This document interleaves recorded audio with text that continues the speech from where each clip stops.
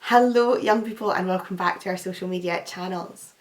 Today's video I'm going to tell you a story called a parable. Parables were stories that Jesus told his followers and people who wanted to hear him teach that helped illustrate something that he wanted them to learn. Now before I jump straight into the story, I want you to have a think about something. Think about something that is valuable or precious to you. Why is it valuable? Why is it precious? Is it because the monetary value of that item, or is it sentimental value? Is it something that you worked hard to buy yourself, or is it just something you've been given? Is it a family heirloom, or is it just something you picked up down the local shop? One of the most precious things I own is this gold locket necklace. It belonged to my gran. It was given to her on her 21st birthday by the man she was courting at the time. That means dating to you and I. That would have been the year 1947. So this has been around for a really long time. I don't know the boy's name that gave her the locket. I do know he was a good dancer, though she did talk about that a lot. And when I was a teenager, she gave me this locket to hold on to. I remember at the time not really thinking much of it. It was an old-fashioned gold heart-shaped locket. What was it any value to me? But a few years later, it became immensely precious when my gran passed away, and I had something of hers to hold on to. I was glad to have something that reminded me of her, and it probably isn't a particularly valuable piece of jewellery, but the sentimental value far outweighs any price tag that could ever be attached to it. Today, the parable I'm going to be talking about is called the Pearl of Great Price. We're going to be talking about something that's worth absolutely everything. And it's not actually just about the pearl. I don't know if you know much about pearls, but they are created inside certain types of shellfish, like oysters, when something like a grain of sand or grit gets stuck inside the shell and irritates the creature inside. The shell then produces a substance called nacre, I think that's how you say it anyway, that coats the grain of sand or grit and it eventually becomes a pearl.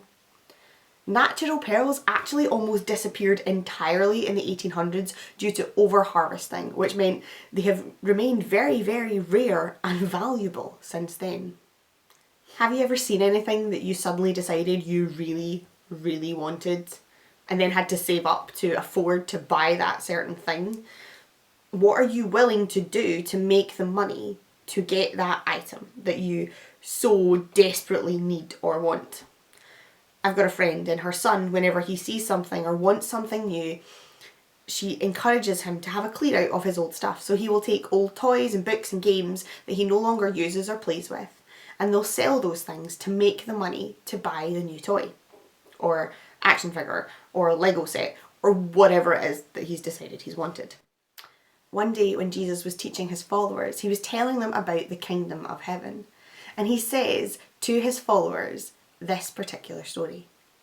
It's found in Matthew chapter 13 verses 45 to 46. And it says this: "Also, the kingdom of heaven is like this.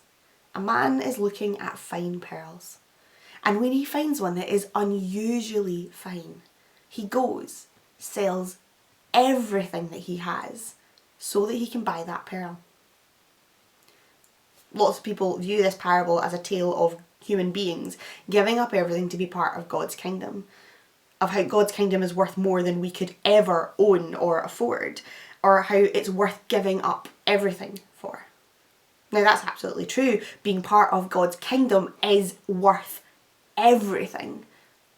But there's another way that we can look at this story, which gives us a glimpse into God's love for each and every one of us. It says that the kingdom of heaven is like a man who gives up everything for a pearl.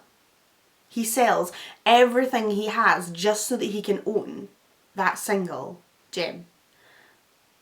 The pearl in the story, that's us. It's you, it's me. When God sent his son Jesus onto the earth to die for the sins and the bad stuff of the world, he gave up everything so that we can be part of God's kingdom. Jesus came, he lived on earth, he died, and then he came back to life. Once and for all, paying the debt of the bad stuff, the sin that we have committed. Just so that he could give us the opportunity of having a relationship with God. We are that pearl of ultimate price. We are the thing that is worth giving up everything for. Have you ever wondered how something is valued and why things end up the certain price that they are? Usually it's a combination of how rare something is, or how much the wages of the worker that made it are, the cost of the materials, or what it's made from, or sometimes it's just people tacking on profit because they're greedy. But mostly, price and value is determined by the price tag that we put on it. Often value is just how much someone decides it's worth. Give and take a few other things. So when we think of that pearl of great price and we think about the fact that Jesus gave up everything for us in his death and resurrection, he is labelling us with a price. He is valuing us at the ultimate worth. Jesus is saying that we are worth the sacrifice of death. He didn't value us cheaply or even somewhere in the middle. We are expensive. He placed the ultimate price tag on our heads. In fact, the Bible actually says in James chapter 1 verse 18 that we are his prized possession. Just like the man who pursued the pearl, Jesus pursues every single one of us. He wants nothing more than to have a relationship with us and for us to follow him with our lives.